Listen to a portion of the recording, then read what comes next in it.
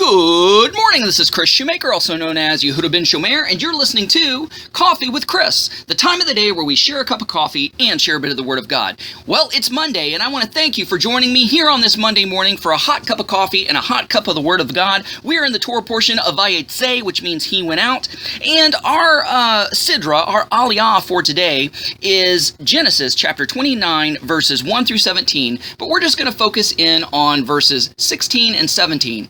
And it says, "Now Laban had 2 daughters. The name of the older was Leah, and the name of the younger was Rachel. Leah's eyes were delicate." I think the King James says that she had weak eyes. "But Rachel was beautiful in form and appearance." All right, let's just stop right there. Let's dig into this a little bit. Now, Laban is the Hebrew word for white. So we can call Laban Mr. White. And because his name was Laban, it is believed by some that he was actually albino, because everybody in the Middle East was very dark-skinned, dark-complected, had dark hair, had dark eyes. Laban may have been called white because he was white, because he had no melanin in his skin. Now, if this was the case, it would make sense that Leah's eyes were delicate, that Leah's eyes were weak. It doesn't mean that she didn't have pretty eyes, it just means that her eyes were sensitive to light.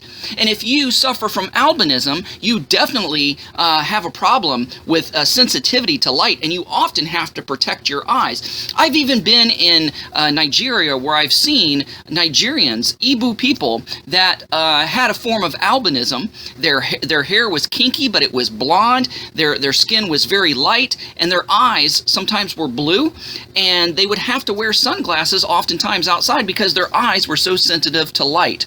Now, Leah, being sensitive to light, symbolizes her sensitivity to the light. Now, what is or who is the light? We know that to be God, right? Because in the Gospels it says that God is light. Now, Rachel seemed more worldly.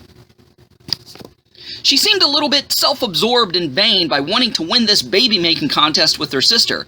She's the one that was caught stealing her father's idols and hiding them away and taking them with them when Jacob and all his family fled.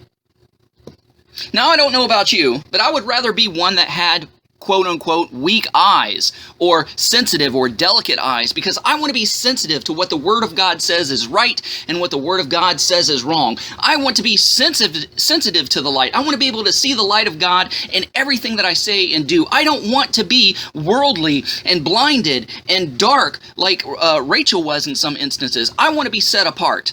So let's choose to be a Rachel this week, or to be a Leah this week. And let's stay away from trying to be Rachel this week. How about that? Guys, thanks so much for listening. Go out there and have a great day. Shalom, and God bless.